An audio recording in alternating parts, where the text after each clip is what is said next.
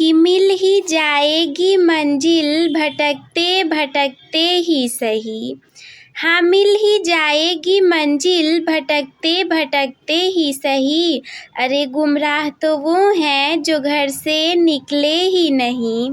Hello मेरे प्यारे दोस्तों, स्वागत है आप सभी का आपके favourite YouTube channel smart student with Shraddha में। आज के इस वीडियो में मैं आप लोग के लिए लेकर के आई हूँ आचार्य रामचंद्र शुक्ल जी के जीवन परिचय को, जिसको कि देखने के बाद आप लोग का 3 अंक बिल्कुल पक्का हो जाएगा। तो चलिए शुरू करते हैं। आचार्य रामचंद्र शुक्ल जी का जीवन परिचय। आचार्य रामचंद्र शुक्ल हिंदी साहित्य के एक महान इतिहासकार, निबंधकार और आलोचक थे। अगर आपके एग्जाम में एमसीक्यू में पूछ देगा कि इसमें से प्रमुख निबंधकार और आलोचक कौन है, इतिहासकार कौन है, और अगर ऑप्शन में आचार्य रामचंद्र शुक्ल जी रहें तो वो ही सही आंसर हो जाएगा। उन्हें हिंदी साहित्य के इतिहास का पहला व्यवस्थित लेखक माना जाता है। ये भी पूछा जा सकता है कि हिंदी साहित्य के इतिहास का पहला व्यवस्थित लेखक किसको माना जाता है, तो आप बताओगे आचार्य रामचंद्र शुक्ल जी को। और जब इनके जीवन परिचय को लिखोगे तो आप पहले बॉक्स बना के भी लिख सकते हो या फिर ऐसा भी लिख सकते हो। इनका जन्म हुआ था 4 अक्टूबर 1884 को बस्ती जिले के अगोना नामक गांव में, जो कि उत्तर प्रदेश में है। 1-2 बार पढ़ोगे ना तो आप लोग को जन्म भी याद हो जाएगा। परिवार की बात की जाए तो इनके पिता का नाम पंडित चंद्रबली शुक्ल था, जो कि मिर्जापुर में कानूनगो थे, और 1893 में उनका परिवार मिर्जापुर आ गया था। 1893 याद रखना इम्पोर्टेंट नहीं है, बस आप लोग को उनका जन्म, जीवन परिचय और थोड़ा मम्मी पापा के बारे में थोड़ी बहुत इन्फॉर्मेशन ज़रूरी होती है। शिक्षा की बात की जाए तो इनकी प्रारंभिक शिक्षा उर्दू, अंग्रेजी और फ़ारसी में मिर्ज़ापुर में हुई थी, और इन्होंने 1901 में मिर्ज़ापुर के एंग्लो संस्कृत जुबली स्कूल से फाइनल की परीक्षा पास की थी, और आगे की पढ़ाई के लिए वो प्रयागराज, जो कि इलाहाबाद के नाम से था पहले, अब तो प्रयागराज हम बोलते हैं, वहाँ पे भी गए थे। विवाह इनका 1898 ईस्वी में हुआ था। वैसे तो ये इम्पोर्टेंट नहीं है, पर अगर हो जाए तो आप लोग याद भी कर सकते हो। और इनके करियर की बात करें तो इन्होंने शुरुआत में एक अंग्रेजी कार्यालय में नौकरी की, फिर मिर्ज़ापुर के मिशन स्कूल में ड्राइंग मास्टर बने। बाद में ये बनारस हिंदू विश्वविद्यालय में हिंदी विभाग के अध्यक्ष भी रहे।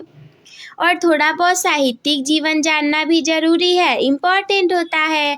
आचार्य रामचंद्र शुक्ल जी ने, जिन्हें कि हम प्रेम से शुक्ल जी भी कहते हैं, हिंदी साहित्य के इतिहास को एक वैज्ञानिक प्रणाली में व्यवस्थित करने का महत्वपूर्ण कार्य किया। उन्होंने व्यापक शोध और अनुभवजन्य अध्ययन के आधार पर हिंदी साहित्य का इतिहास लिखा। उन्हें हिंदी में वैज्ञानिक आलोचना का जनक भी माना जाता है, और इन्होंने मौलिक लेखन को प्रेरित करने के लिए 11 वर्ष का समय नामक एक लंबी हिंदी कहानी भी लिखी थी। लोग आपसे पूछेंगे कि 11 वर्ष का समय ये किसने लिखा था, और ये पूछा भी जाता है।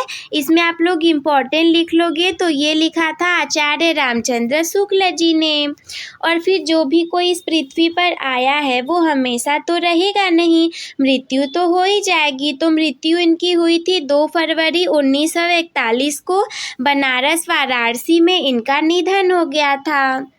प्रमुख रचनाओं की बात की जाए तो आचार्य रामचंद्र शुक्ल जी ने निबंध, आलोचना और इतिहास लेखन के क्षेत्र में महत्वपूर्ण योगदान दिया था, और इनकी कुछ प्रमुख रचनाएं इस प्रकार हैं, जैसे कि हिंदी साहित्य का इतिहास।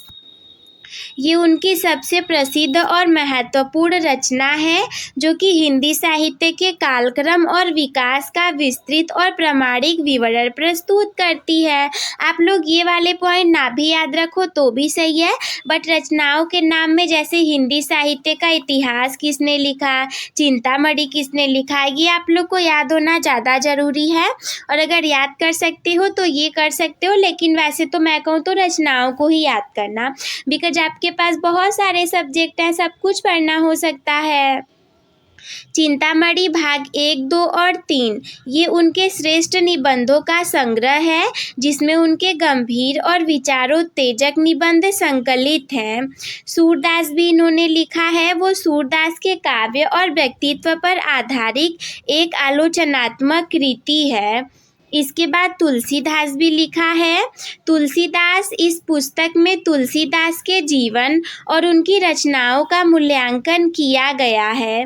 अगला है जायसी ग्रंथावली, इसका संपादन आचार्य शुक्ल जी ने किया था। रश्मिमांसा मोस्ट इम्पॉर्टेंट पूछा जाता है, उनका एक महत्वपूर्ण आलोचनात्मक ग्रंथ है जो कि रस सिद्धांत पर आधारित है। भ्रमर गीत सार, इसका भी संपादन उन्होंने किया। शशांक, शशांक तो इम्पोर्टेंट नहीं है, पर हाँ एक बार आप पढ़ लो इसको कि ये बंगला उपन्यास का उनका हिंदी अनुवाद है। और इसके अतिरिक्त उन्होंने विश्व प्रपंच, आदर्श जीवन, मेगास्थनीज का भारतवर्षीय वर्णन, कल्पना का आनंद जैसी रचनाओं का अंग्रेजी से हिंदी में अनुवाद किया।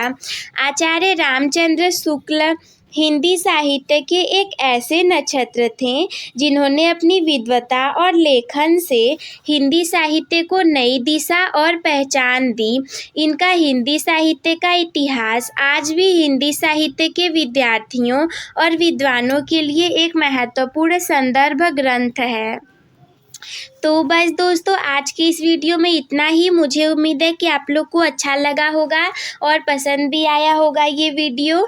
तो अब हम मिलते हैं आप लोगों से किसी अगले वीडियो में, तब तक के लिए धन्यवाद।